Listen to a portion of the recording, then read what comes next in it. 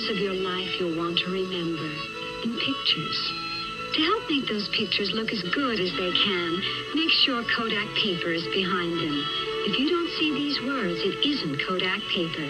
Just look for this sign when you get your pictures. Kodak paper, for a good look at the times of your life. Before Apple, before Instagram, before even the idea of digital photography, there was Kodak. This company didn't just sell film, it invented how we capture memories. But how did it all go wrong? Kodak was born in 1888 when George Eastman, a banker from Rochester, New York, revolutionized photography. His genius? Making it simple.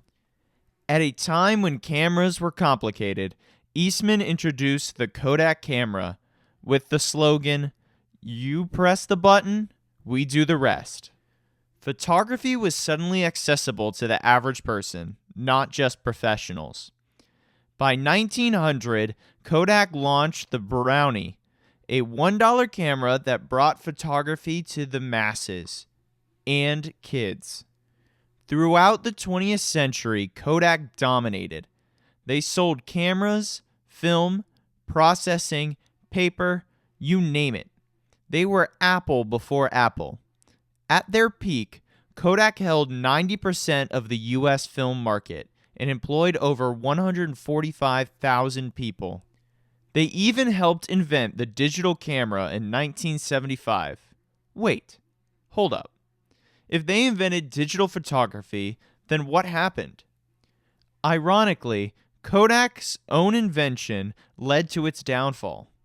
In 1975, engineer Steve Sanson built the world's first digital camera inside Kodak, but the company burned it. Why? Because digital photography didn't use film, and film was Kodak's cash cow. Kodak's leadership feared innovation would cannibalize their profits, so they sat on the future.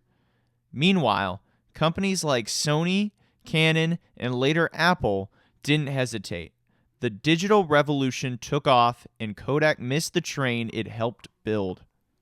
By the 2000s, camera phones were everywhere. People didn't need to buy film, wait for the pictures to develop, or even carry a separate camera.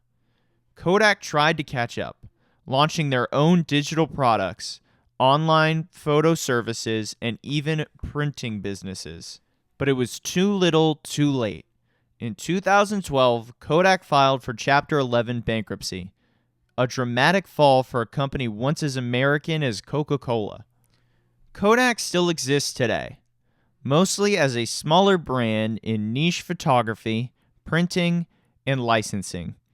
Occasionally, it makes headlines for weird pivots, like cryptocurrency or COVID-era pharmaceuticals.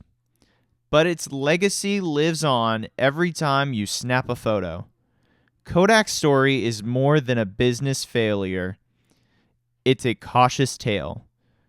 Don't let fear or change stop you from building the future.